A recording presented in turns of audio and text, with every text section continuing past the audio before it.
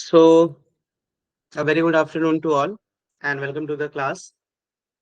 कल की क्लास में हम लोगों ने इंट्रोडक्शन क्लास किया था और समझा था कि क्या क्या इंपॉर्टेंट है हम लोगों के लिए जो हम लोगों को यहाँ पे पूरा कवर करना है। ठीक है, तो आज हम लोग अपना एक इंपॉर्टेंट चैप्टर से स्टार्ट करने जा रहे हैं, that is from the GOC. Right, so GOC chapter से स्टार्ट करने वाले हैं, जनरल ऑर्गेनिक केमिस्ट्री वाले चैप्टर से, ताकि तुम्हारा ये बहुत इंपॉर्टेंट चैप्टर है। आगे जितनी भी चैप्टर्स पढ़ोगे ऑर्गेनिक से रिलेटेड, उसमें ये बहुत ज्यादा हेल्प करेगा आप लोगों को। ठीक है, तो चलो फटाफट इस चैप्टर्स को पहले समझ लेते हैं कि क्या पूछ रहा है ये चैप्टर बेसिकली आप लोगों से, और क्या क्या रिक्वायरमेंट है इस चैप्टर को पढ़ने के लिए। ठीक है, तो देखते हैं फटाफट जल्दी से कि क्या क्या रिक्वायरमेंट है इसको पढ़ने के लिए। और जीओसी एक ऐसा चैप्टर है जिसको अगर आप अच्छे से कर लेते हो तो जितनी भी प्रॉब्लम्स आप फेस करते हो ऑर्गेनिक के मैकेनिज्म में या यूपीएससी नेमिंग वगैरह में, वो सारी प्रॉब्लम दूर हो जाएगी। ठीक है, तो आज जो हम स्टार्ट करने वाले हैं बेटा, वो क्या स्टार्ट करने वाले हैं, general organic chemistry that is GOC. ठीक है, इसको जीओसी के नाम से भी जानते हैं। तो आज हम लोग का जो पोर्शन होने वाला है वो यही होने वाला है, जनरल ऑर्गेनिक केमिस्ट्री। चलो, तो सबसे पहले थोड़ा सा बेसिक की बात करते हैं। आप सबको पता है टेट्रावेलेंसी ऑफ कार्बन के बारे में, सबने सुना है टेट्रावेलेंसी ऑफ कार्बन के बारे में? क्या सुना है, कोई बताएगा जल्दी से कि टेट्रावेलेंसी ऑफ कार्बन से आप क्या समझ रहे हो बेसिकली? कि जो कार्बन है, जो कि ग्रुप 14 का एलिमेंट है। ठीक है, कार्बन कौन से ग्रुप से बिलोंग करता है बेटा? ये बिलोंग करता है ग्रुप 14 से। कार्बन हो गया, सिलिकॉन हो गया, जर्मेनियम हो गया, एसएन हो गया, ठीक है, लेड हो गया, ये सभी के सभी बिलोंग करते हैं बेटा हमारे 14th ग्रुप से।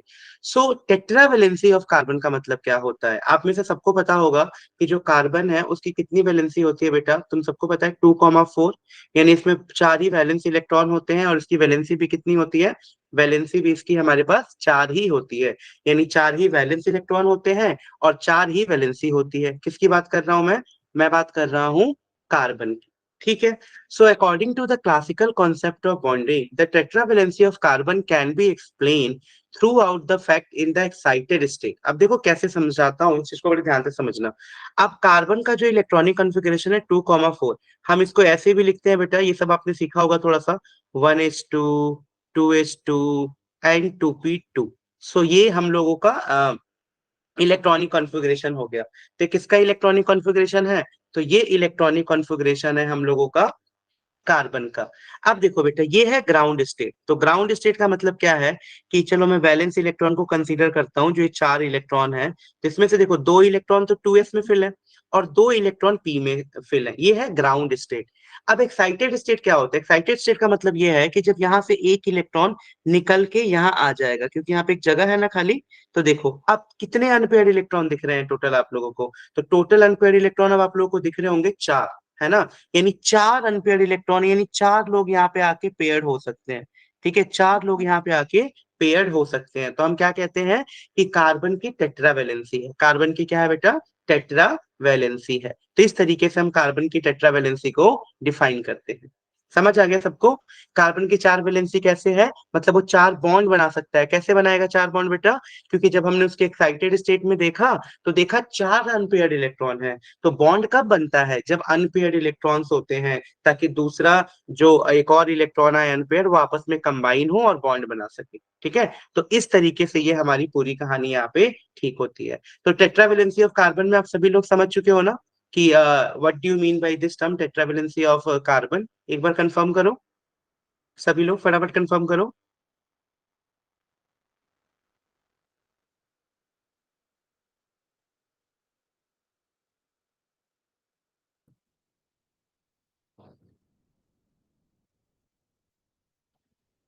ठीक है, यस सर, अंडरस्टूड, गुड।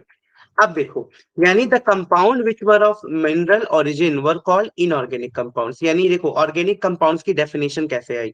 ठीक है, क्यों हम किसको बोलते हैं कि भाई ये ऑर्गेनिक कंपाउंड्स है या ये ऑर्गेनिक कंपाउंड्स नहीं है, तो कौन सी बेसिस पे हम लोगों ने इसको डिफाइन करना सीखा। सो बेसिकली बेटा, the compound which were of mineral origin were called inorganic. यानी ऐसे कंपाउंड जो मिनरल से बनते हैं, मिनरल से, ठीक है, उनको इनऑर्गेनिक कंपाउंड्स बोलते हैं। अब मिनरल्स और ये सब आप जानते हो, उनसे अगर जो भी कंपाउंड्स बनते हैं उनको हम लोग क्या बोलते हैं? हम बोलते हैं inorganic, right. And those of the vegetable और animal origin were called organic as the word organic signifies life, ठीक है। यानी जो कंपाउंड मिनरल्स वगैरह से हमें मिलते हैं, जो कंपाउंड मिनरल्स वगैरह से मिलते हैं, उनको तो हम इनऑर्गेनिक बोलते हैं। और जो वेजिटेबल या एनिमल ओरिजिन से प्राप्त होते हैं, उनको हम क्या बोलते हैं? ऑर्गेनिक। ऑर्गेनिक का मतलब ही है that is the signifying significance in life, right? So it was assumed that the organic compound could be produced only by the living being inside their body. So ऐसा ही assume किया जाता था पहले तक की मैं बात बता रहा हूँ, जो स्टार्टिंग में जब ये सारे ब्रांचेस आए थे, तो ऑर्गेनिक कंपाउंड को हम सिर्फ ये बोलते थे कि organic compound could be produce only by the living being inside the body, कि सिर्फ living being inside the body ही इसको प्रोड्यूस कर सकता है, बाकी कोई इसको प्रोड्यूस नहीं कर सकता है। तो पहले धारणा ये थी, पर ऐसा अब नहीं है। ऑर्गेनिक की जो डेफिनेशन है अब डे इन दिनों चेंज हो गई है। ऑर्गेनिक कंपाउंड सिर्फ बॉडी के अंदर ही नहीं बनता, बल्कि ऑर्गेनिक कंपाउंड को हम लैब में भी सिंथेसाइज कर सकते हैं, ठीक है। सो ये एक ओल्ड डेफिनेशन है कि पहले हम इनऑर्गेनिक ऑर्गेनिक को किस तरीके से क्लासिफाई करते थे। ठीक है, ये वाली चीज क्लियर है सबको? चलो वेरी गुड।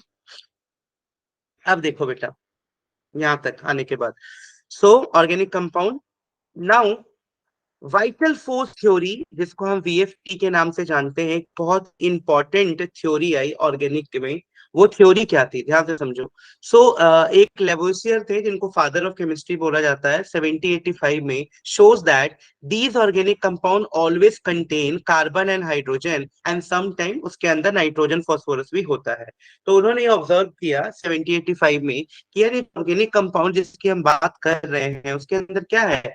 कार्बन है ज्यादातर, हाइड्रोजन है ज्यादातर, और समटाइम्स इसके अंदर नाइट्रोजन और फॉस्फोरस भी देखने को मिल रहा है। तो उन्होंने अज्यूम किया कि some vital force, in fact life force, were necessary to produce this organic compound. उन्होंने क्या बोला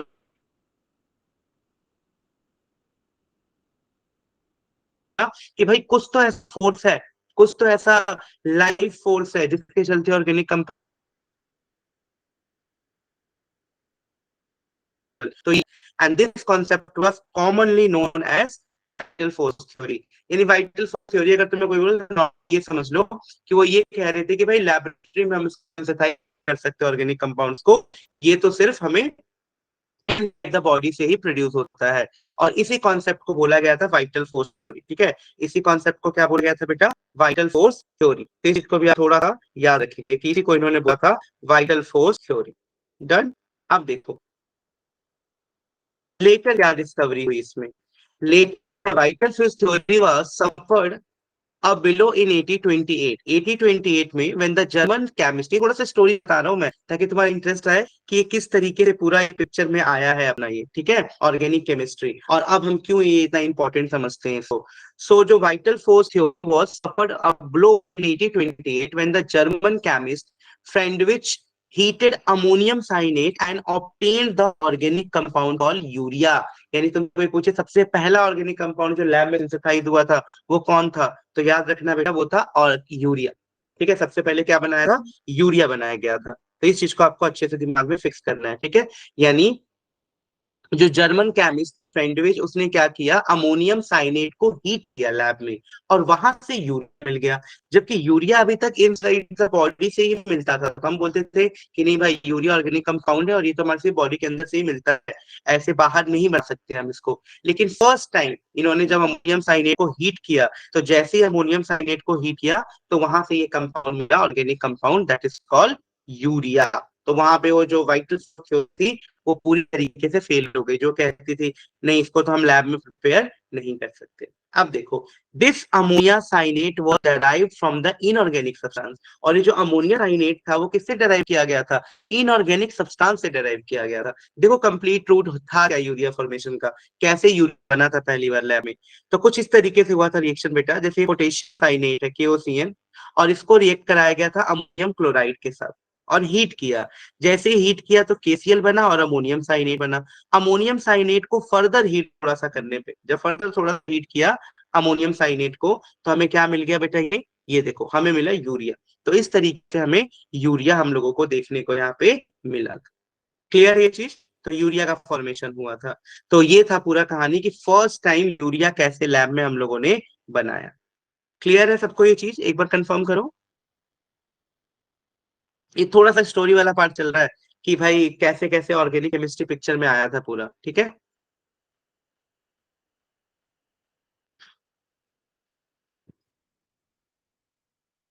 अच्छा, अब देखो हम किस तरीके से ऑर्गेनिक कंपाउंड्स का क्लासिफिकेशन करते हैं, ध्यान से समझना कि ऑर्गेनिक कंपाउंड का क्लासिफिकेशन होता किस तरीके से है, क्या तरीका है ऑर्गेनिक कंपाउंड के क्लासिफिकेशन का। देखो, तो सबसे पहले ऑर्गेनिक कंपाउंड्स को हमने दो भागों में क्लासिफाई किया है, एक को बोलते हैं ओपन चेन, एक को बोलते हैं क्लोज चेन, ठीक है। एक को बोला ओपन चेन और एक को क्या बोल रहे हैं बेटा हम लोग, क्लोज चेन, ठीक है। ओपन चेन और क्लोज चेन, ओपन चेन और इसको हम बोलते हैं साइक्लिक और एलिफेटिक कंपाउंड्स भी, और क्लोज चेन में सिर्फ हमारे साइक्लिक कंपाउंड्स आते हैं। तो ओपन चेन के अंदर क्या क्या आएंगे, ध्यान से समझो। ओपन चेन के अंदर साइक्लिक भी आएंगे, एलिफेटिक कंपाउंड्स भी आएंगे, तो दोनों आते हैं, साइक्लिक भी और एलिफेटिक भी। तरीके से क्लोज के अंदर सिर्फ साइक्लिक कंपाउंड्स होते हैं।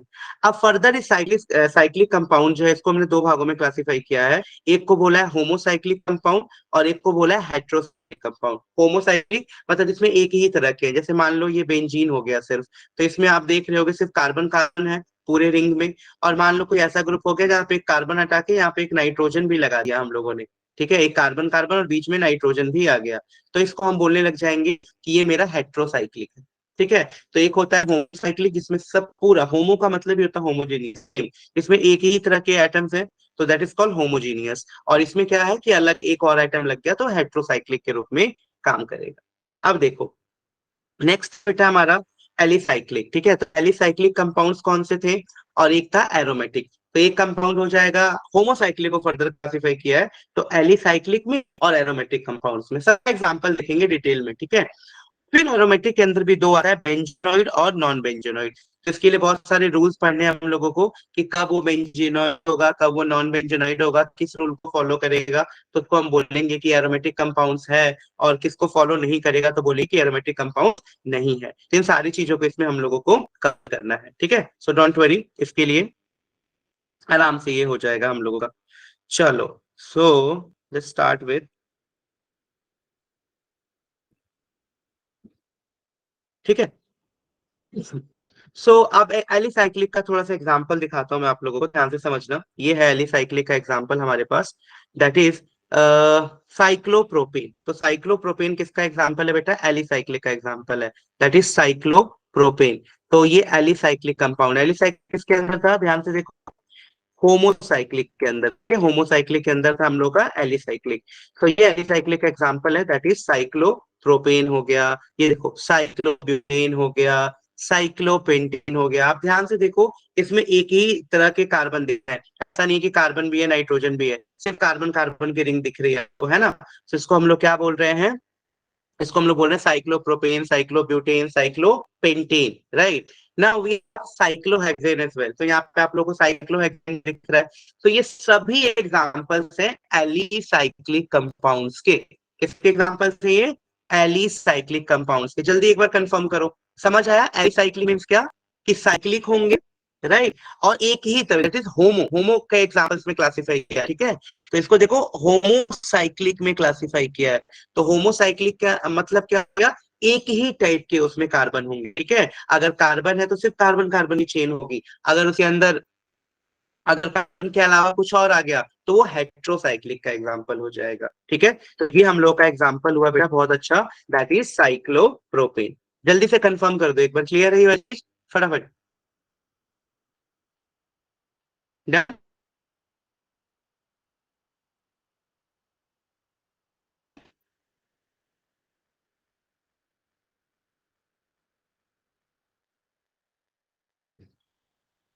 यस, वेरी गुड, चलो। नाउ अब नीचे देखो, some examples of benzenoid aromatic compound. तो ये एग्जांपल है बेंजीनॉइड एरोमेटिक कंपाउंड का। तो देखो जरा इसका भी, बेंजीनॉइड एरोमेटिक कंपाउंड्स के कौन कौन से एग्जांपल्स हैं। तो बेंजीनॉइड एरोमेटिक के एग्जांपल्स हैं, लाइक बेंजीन हो गया मोनोसाइक्लिक फॉर्म में, या नैप्थलीन हो गया, राइट, एंथेरीन हो गया, ट्राइसाइक्लिक है, और ये बेंजोइक एसिड है। तो ये सब किसके एग्जांपल्स हो गए हमारे, ये सभी सभी हमारे एग्जांपल्स हो गए हैं, जस्ट वेट, या ये सभी के सभी हमारे एग्जांपल्स हो गए हैं बेंजीनॉइड एरोमेटिक कंपाउंड्स के, क्लियर है।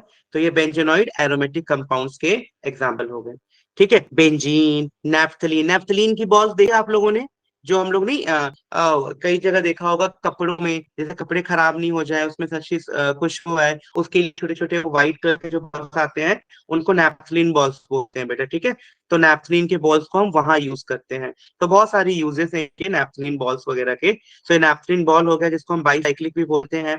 ये हो गया हम लोग का एंथरासीन जिसको ट्राईसाइक्लिक बोल रहे हैं, मतलब 3 रिंग एक साथ जुड़े हुए हैं, ठीक है, इसलिए इसको ट्राईसाइक्लिक बोल रहे हैं। और उसी तरीके से हमारा नेक्स्ट क्या हो गया, बेंजेनोइक एसिड हो गया। तो इस हिसाब से हम लोग इसको पूरा क्लासिफाई करते हैं। क्लियर है? चलो, वेरी गुड।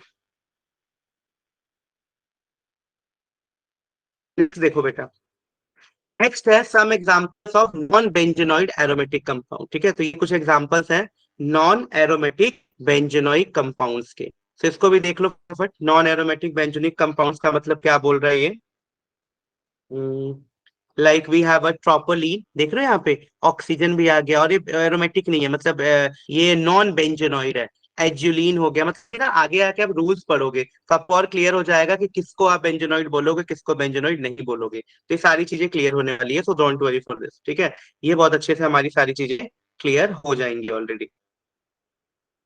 नेक्स्ट देखो, some example of heterocyclic. Alicyclic और एरोमेटिक में क्या डिफरेंस है? देखो बेटा, एरो आपने क्या पूछा है, एलिसाइक्लिक और एरोमेटिक में क्या डिफरेंस है? एलिसाइक्लिक और एरोमेटिक में ये डिफरेंस है बेटा कि ये एलिसाइक्लिक है। एलिसाइक्लिक का मतलब होता है, जरूरी नहीं है कि वो एरोमेटिक के वैल्यू, जैसे इंजीन, तो ये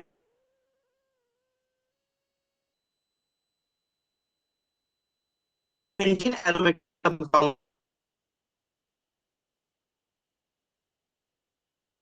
जो रेजोनेंस वगैरह को शो कर रहा है। तो उसमें जरूरी नहीं होता कि एलिसाइक्लिक कंपाउंड भी रेजोनेंस को शो करे या ना करे, ठीक है। तो वो उसके लिए नेसेसरी कंडीशन नहीं होती है। तो बस ये फर्क है हम लोगों का इन दोनों में। क्लियर है? एलिसाइक्लिक कंपाउंड, ठीक है, तो इसको ध्यान रखना। डन।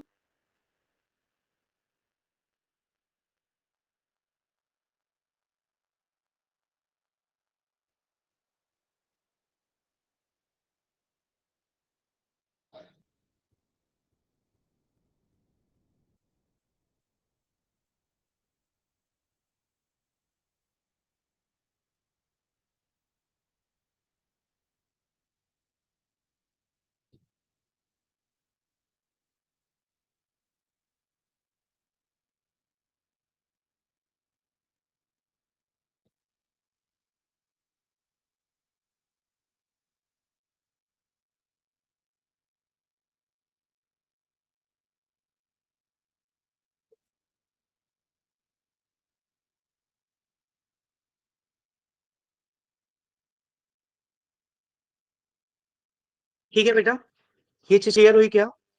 एक बार बता दो। देखो मैं फिर समझा रहा हूँ।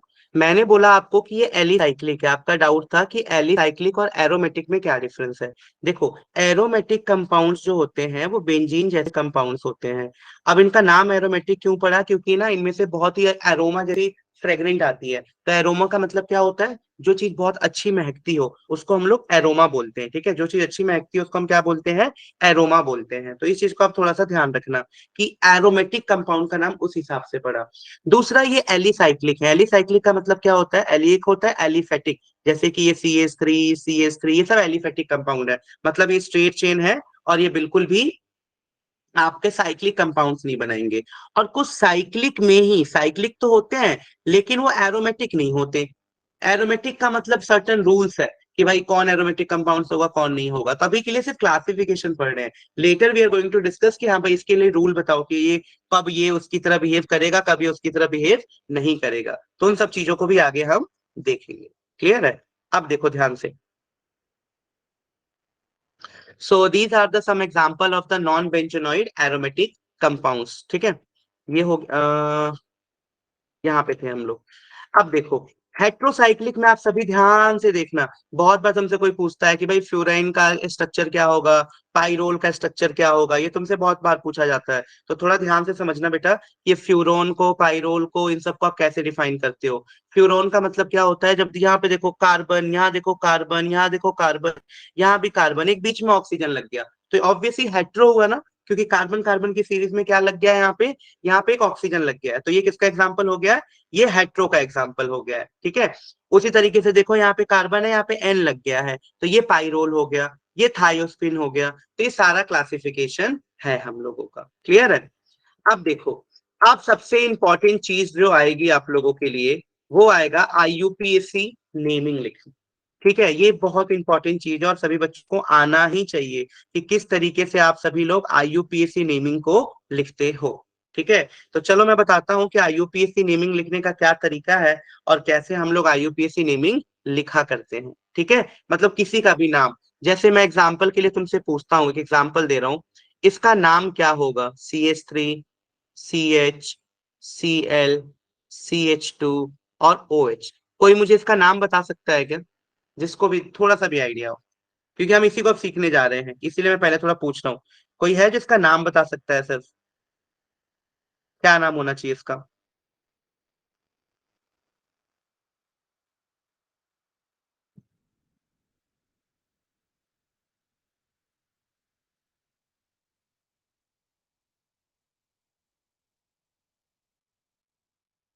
कोई भी आप लोगों में से नहीं ध्यान है, नहीं है तो भी बोल दो कि नहीं है ध्यान, मैं बता, क्योंकि यही पढ़ने वाले हैं हम लोग। अल्कोहल, बेटा इसका पूरा नाम पूछा था मैंने, है ना, पूरा नाम कंपाउंड का।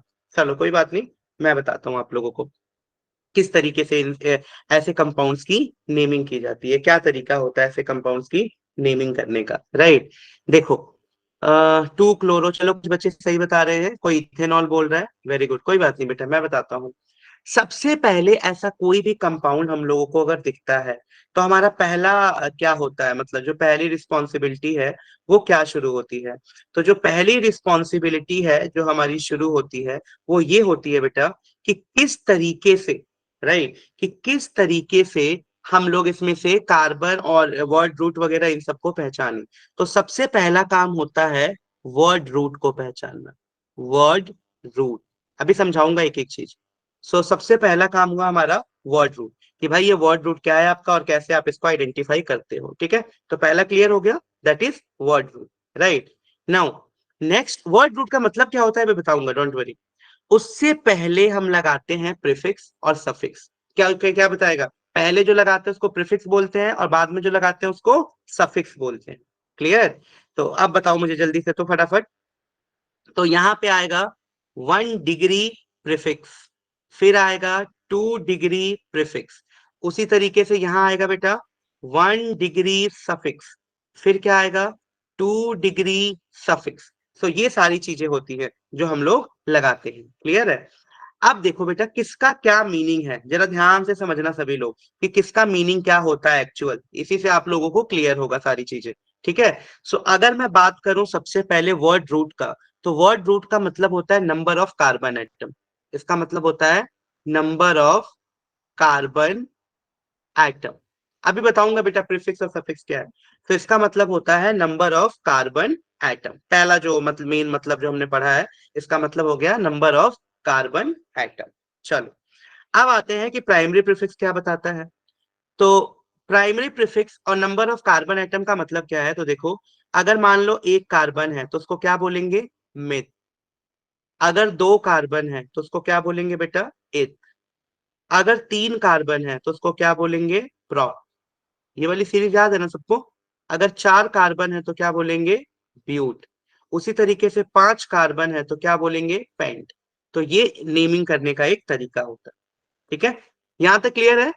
नंबर ऑफ वर्ड रूट समझ गए, कार्बन एटम को बताएगा, 1 कार्बन को मिथ, 2 को इथ, 3 को प्रॉप, 4 को ब्यूट, 5 को पेंट, 6 होता तो हेक्स, 7 होता तो हेप्ट, 8 होता तो ऑप्ट। तो ये इस तरीके से चलता है। तो मुझे नहीं लगता इसमें आप लोगों को किसी को भी प्रॉब्लम होने वाली है। ठीक है, ये चीज तो बिल्कुल क्लियर है, या गुड। चलो, नेक्स्ट आता है हम लोगों का 1 डिग्री प्राइमरी, 2 डिग्री प्रीफिक्स।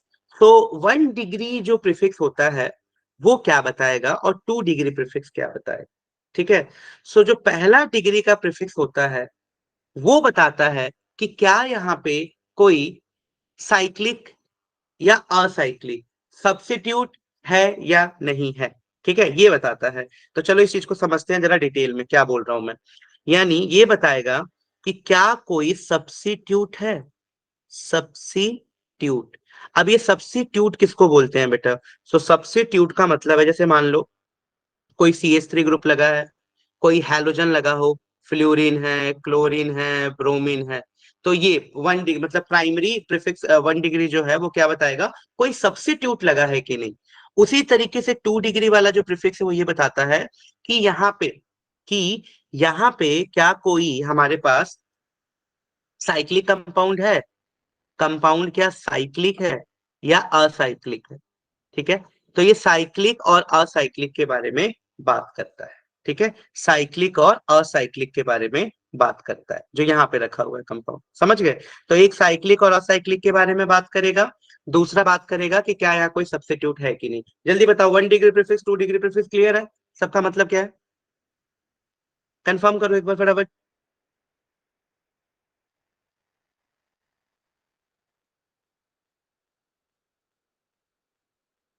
नहीं, चलो, और किसको क्लियर नहीं है?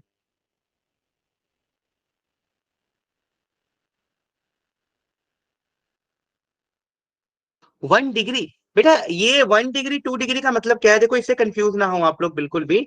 इस 1 और 2 डिग्री का कोई ऐसा मतलब नहीं है। 1 और 2 डिग्री का मतलब मैं ये कह रहा हूं कि ये रूल है लिखने का। तो मैंने प्राइमरी प्रीफिक्स और सेकेंडरी प्रीफिक्स, नाम है इसका, कि प्राइमरी प्रीफिक्स क्या बताएगा, तो प्राइमरी प्रीफिक्स इन सब चीजों के बारे में बताएगा। सेकेंडरी प्रीफिक्स क्या बताएगा, तो वो साइक्लिक के बारे में बताएगा। अभी नेमिंग करेंगे तो सब क्लियर हो जाएगा। अभी के लिए बस इतना चीज समझो कि प्राइमरी प्रीफिक्स ये बताता है, सेकेंडरी प्रीफिक्स ये बताता है। प्रीफिक्स उसको बोलते हैं जो कार्बन वाले नाम के पहले लगे। तो जो नाम के पहले लगता है उसको हम लोग प्रीफिक्स बोलते हैं। बस ये समझा रहा हूं मैं आप लोगों को। ठीक है, तो ये तो क्लियर है। हम्म, चलो वेरी गुड। देखो, प्राइमरी सफिक्स क्या बताता है, तो ये बताता है कि क्या कंपाउंड सेचुरेटेड है, क्या कंपाउंड सैचुरेटेड है, या कंपाउंड या अनसेचुरेटेड, सैचुरेटेड है या अनसेचुरेटेड, राइट? सैचुरेटेड या अनसैचुरेटेड कैसे पता लगेगा? देखो, सैचुरेटेड अनसैचुरेटेड का पता हम कुछ इस तरीके से लगाएंगे कि अगर सिंगल बॉन्ड है तो ऑब्वियसली नाम के आगे एन लगाओगे, अगर डबल बॉन्ड है तो नाम के आगे इन लगाओगे, और अगर ट्रिपल बॉन्ड है तो नाम के आगे आइन लगाओगे।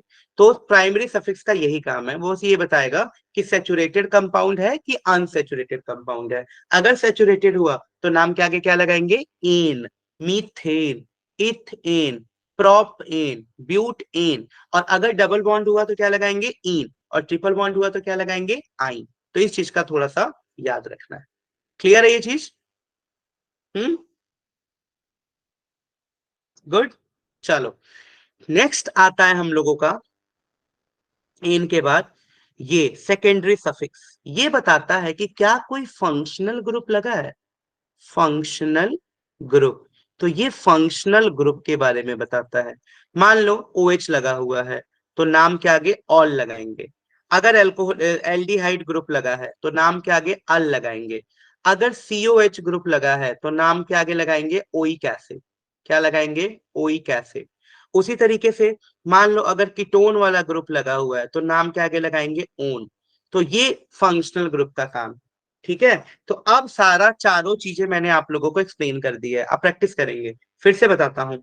सबसे पहले जैसे मान लो एग्जांपल के लिए यही रहा हमारे पास, हम मुझे इसका ही नेमिंग करना है। ठीक है, नंबरिंग इसके बाद आएगा, नंबरिंग वाला का लिए रूल है कि नंबरिंग किधर से करेंगे किधर से नहीं। बट अगर ये बेसिक चीजें भी आप लोगों को पता होती है ना, तो आप बहुत अच्छे तरीके से कर सकते हो बिना किसी प्रॉब्लम के, कोई दिक्कत ही नहीं होगी। ठीक है सर, इतने ही है।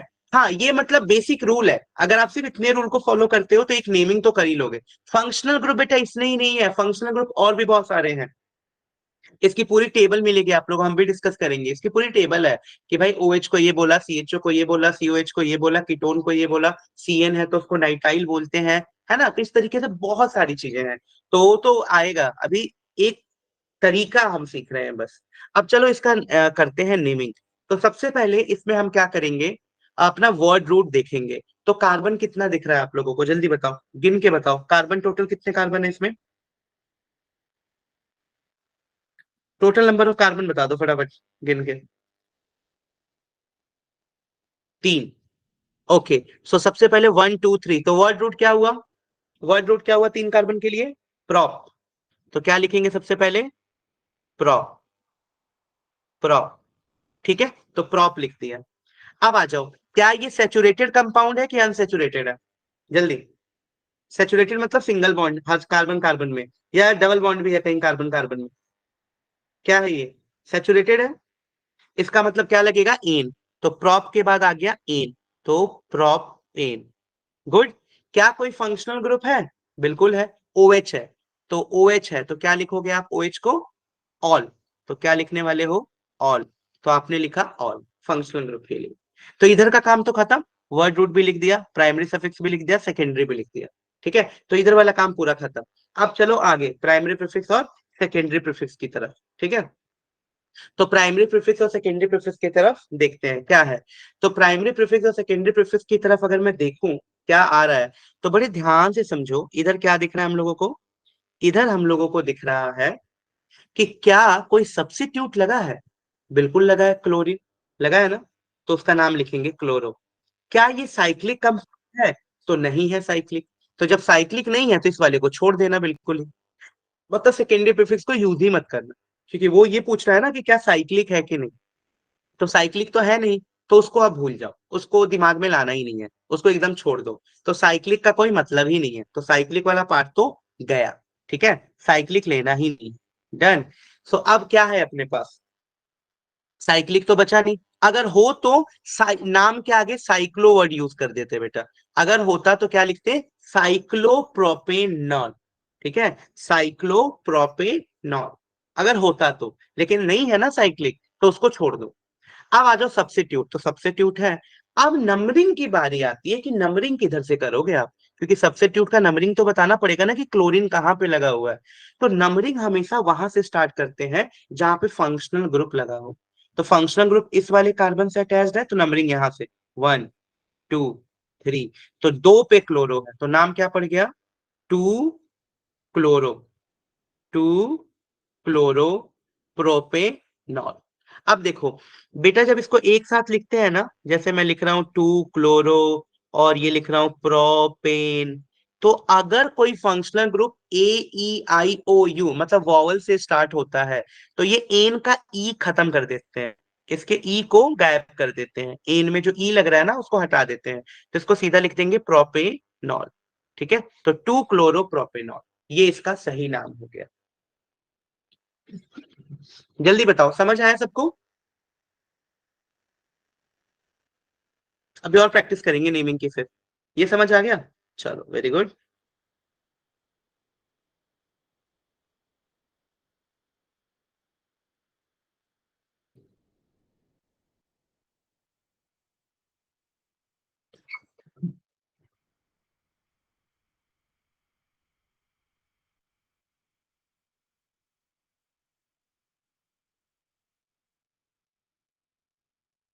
यस बेटा, क्या डाउट है? एक बार क्या पूछा है किसी ने?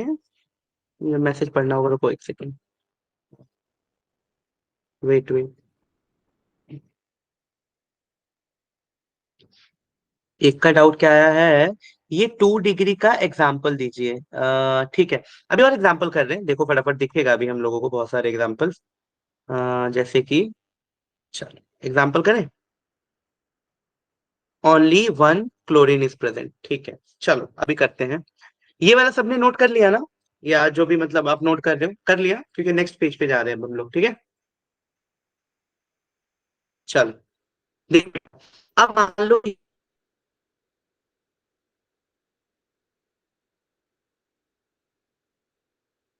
आपको ऐसा नेमिंग दे दिया, CH3, CH2, CH3, CH2, CH3,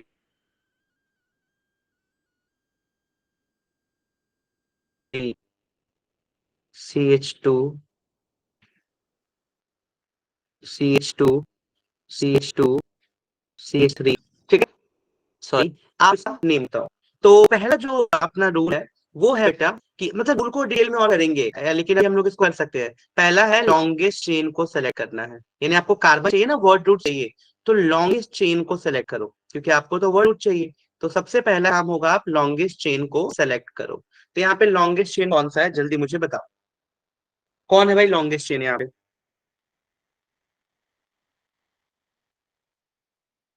सबसे लॉन्गेस्ट चेन जो दिख रहा हो, देखो, गिनो, देखो। एक तो तरीका ये है कि अगर मैं ऐसे जाता तो 1 2 3 4 5 6 कार्बन आते, सीधा जाता तो। एक और तरीका है 1 2 3 4 5 6 7 8, बिल्कुल सही। यानी ये वाला लॉन्गेस्ट चेन हो रहा है आप लोगों के हिसाब से, यही बोल रहे हो ना आप लोग? मैं दूसरे कलर से कर देता हूँ, ताकि समझ आए। चलो, ये वाला लॉन्गेस्ट चेन कह रहे हो, ये गए ये गए ये गए ये गए, ये ऐसे ऐसे ऐसे ऐसे, है ना, और फिर ऐसे आ गए, ये वाला बोल रहे हो आप लोग, ठीक है। तो ये हो गया लॉन्गेस्ट चेन, ठीक है। तो पहला तो आप सबने बड़ी सही निकाला है, लॉन्गेस्ट चेन समझ आ गया सबको, हमेशा लॉन्गेस्ट चेन लेना है। तो लॉन्गेस्ट चेन तो ये हो गया। अब ये नहीं कि तोड़ मोड़ के कहीं से भी ले लेना, एक सीक्वेंस में चलना चाहिए वो, ठीक है। ये नहीं ऊपर भी चलेगा और फिर ऐसे नीचे मारेगा, ऐसे ऐसे करके, ये नहीं, एक सीक्वेंस में चलना चाहिए। अब दूसरा बात आता है कि भाई लॉन्गेस्ट चेन तो ले लिया, अब दूसरा इंपॉर्टेंट चीज है कि हम नंबरिंग का किधर से करें। तो नंबरिंग लिए ना एक बेस्ट रूल बता रहा हूँ आप लोगों को, नंबरिंग, कि अगर आपको नंबरिंग करना है, तो एक तो फंक्शनल ग्रुप बताया ही था, दूसरा क्या है, इसमें कोई फंक्शनल ग्रुप नहीं है, है ना, इसलिए बता रहा हूं। अगर कोई फंक्शनल ग्रुप ना हो तो नंबरिंग कैसे करोगे, इसमें कोई फंक्शनल ग्रुप नहीं है। तो अगर फंक्शनल ग्रुप नहीं है और फिर भी आप लोगों को नंबरिंग करनी है, तो नंबरिंग करने का तरीका होगा लोवेस्ट लोकेंट रूल। क्या होता है ये? Lowest locant rule.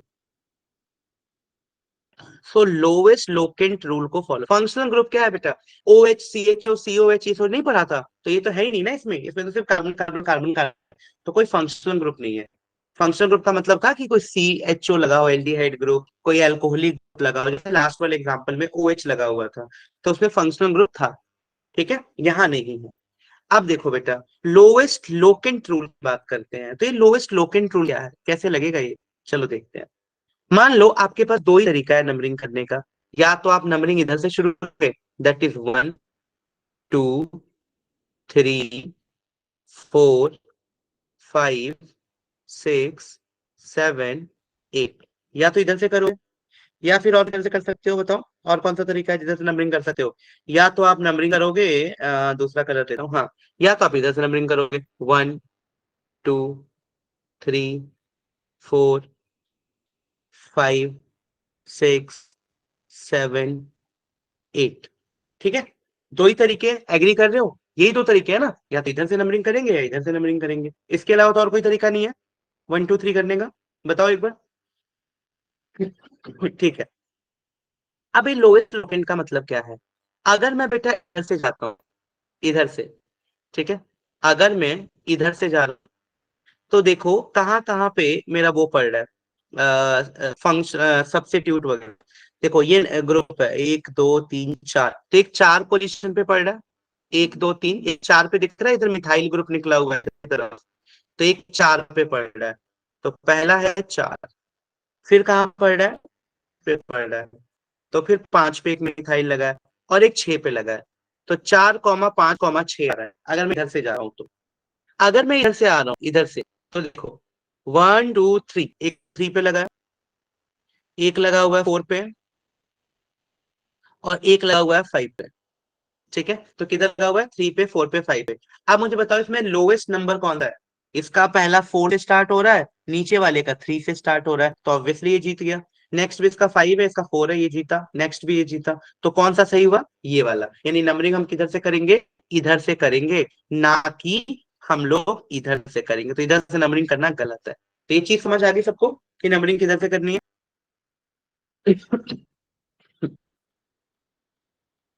जल्दी करूं, ये चीज समझ आ गई, नंबरिंग किधर से करनी है?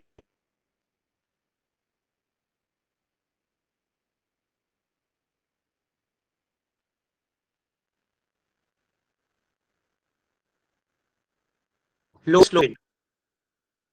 अब ऑक्ट, 8 कार्बन का नाम क्या है, ऑक्ट, ऑक्ट सैचुरेटेड कंपाउंड है, रिपीट कीजिए। बेटा रिपीट में ये बोल रहा हूँ कि जब हमें नंबरिंग करनी थी 1 2 3 4, तो या तो मैं इधर से कर रहा था 1 2 3, और या मैं पीछे से कर सकता था 1 2 3। तो मैंने देखा कि अगर मैं इस साइड से कर रहा हूँ, इधर से नंबरिंग कर रहा हूँ, तो मेरे सब्स्टिट्यूट कहाँ कहाँ आ रहे हैं, मतलब मेन ग्रुप के अलावा जो कार्बन होते हैं उनको सब्स्टिट्यूट बोलते हैं। तो एक तो देखो पहला वाला आ रहा है फोर्थ पोजीशन पे, 1 2 3 चौथे पे आया, इधर CH3 लगा, फिर पांचवे पे और फिर छठे पे। लेकिन अगर मैं इधर से जा रहा हूँ, इधर से, तो पहले मेरा दिखा कहाँ पे, पहले मेरा दिखा है 3 पे, फिर दिखा 4 पे, और फिर दिखा 5 पे। तो 3 4 5 कम है ना डिजिट वाइज, तो इसीलिए इसको लोएस्ट लोकेंट वर्ड बोलते हैं। जिसका लोकेंट कम हो, किसी वैल्यू कम होगी, उधर से हम लोग नंबरिंग शुरू करेंगे। ठीक है, सो ये 3 4 5 की तरफ से नंबरिंग करेंगे। बेटा ब्रांच हो तो कोई दिक्कत नहीं है, ब्रांच एक तो स्ट्रेट वर्ड रूट लोगे ना, ब्रांच तो इसमें भी है। ये देखो ये ब्रांचिंग ही तो है, 3 पे CH3 लगा है, 5 पे CH3 लगा है, 4 पे CH3 लगा है। तो word root means longest chain select करने के बाद जो भी बच जाता है उसी को ब्रांच बोलते हैं। ठीक है, तो ये कहानी हो गई हमारी। देखो ऑप्ट सब सिंगल बॉन्ड है, यानी ऑप्टेन, ऑप्टेन क्या हो गया, ऑक्टेन। ठीक है, तो ऑक्ट एन कोई फंक्शनल ग्रुप है नहीं, तो भूल जाओ सेकेंडरी सफिक्स को। अब प्राइमरी में आ जाओ, तो प्राइमरी में क्या क्या है, साइक्लिक है, नहीं है, छोड़ो।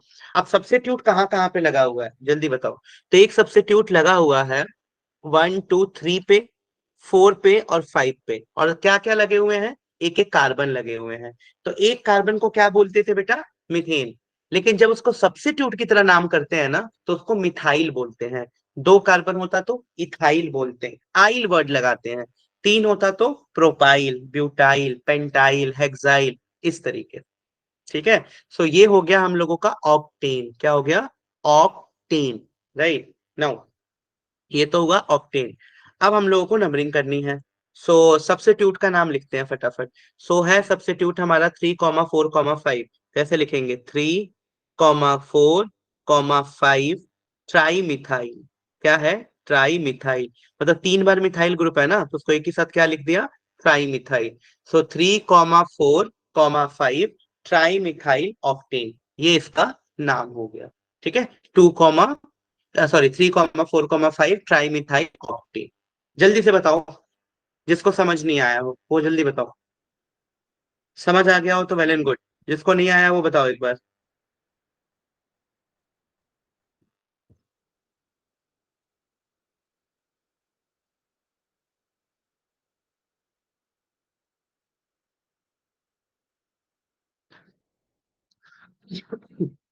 क्लियर है सबको।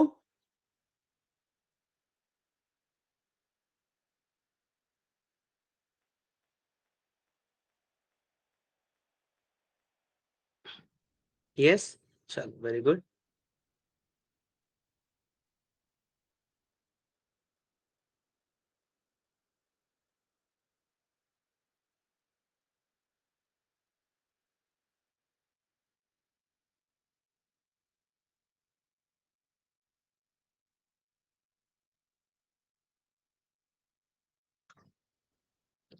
अब एक नाम दे रहा हूँ आप लोगों के लिए, जरा मुझे फटाफट इनका नाम बताओ।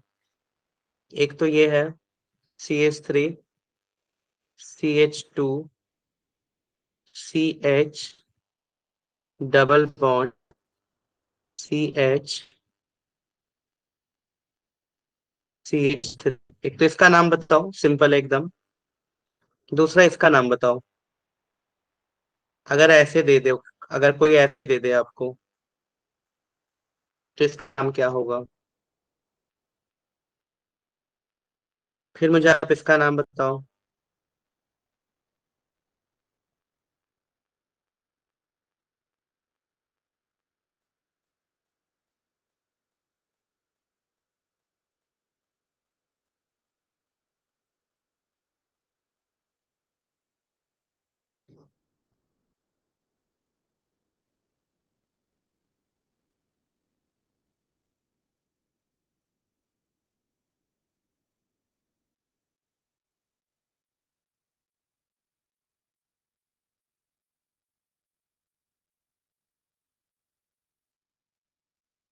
बताओ भाई इन सबका नाम बारी बारी से।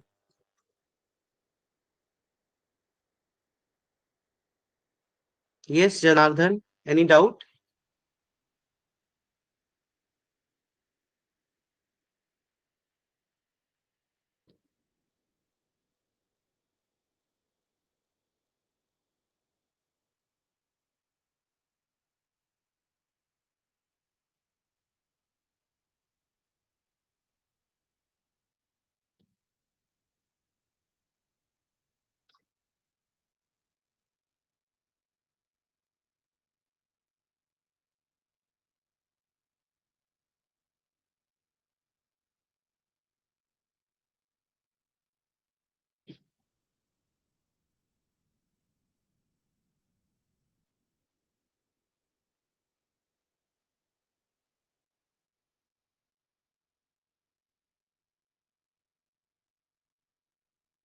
2 पेंटीन, किसी का नाम है कृष्णा ने बोला है 2 पेंटीन। ओके, अभी चेक करते हैं। देखो, दो तरीका है, या तो नंबरिंग करो इधर से 1 2 3 4 5, या आप नंबरिंग करो 1 2 3 4 5। नंबरिंग उधर से करेंगे जिधर से डबल बॉन्ड जल्दी आ गया। तो लोकेंट यहाँ पे क्या हुआ, ये वाला। इधर से जाते हैं तो 2 पे डबल बॉन्ड आ रहा है, इधर से जा रहे हैं तो 3 पे आ रहा है, तो ये वाला गलत हो गया, ये वाला सही है। यानी नाम क्या हो गया इसका, पेंट। पेंट। और इन है, कार्बन के बीच डबल बॉन्ड है, तो इन कितने नंबर पे है, 1 2, तो पेंट टू इन है ना।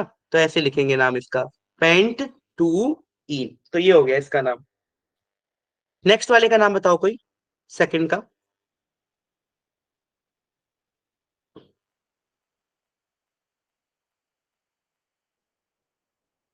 नेक्स्ट वाले का नाम बताओ।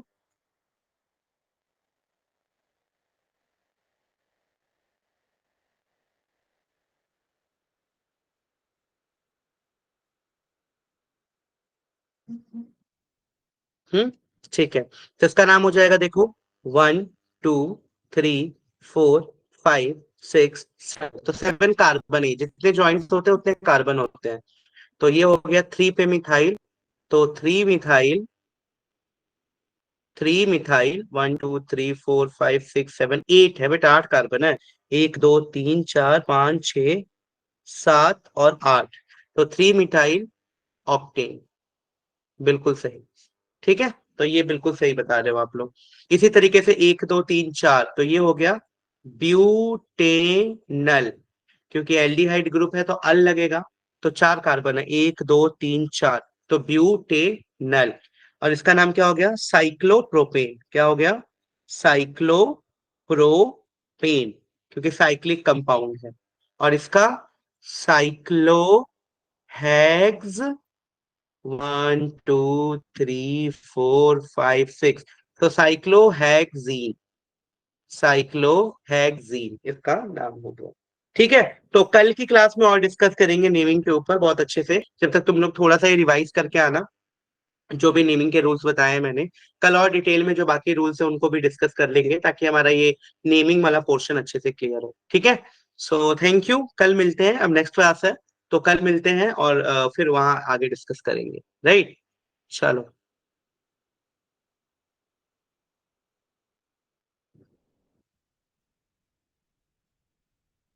थैंक यू बेटा, थैंक यू ऑल।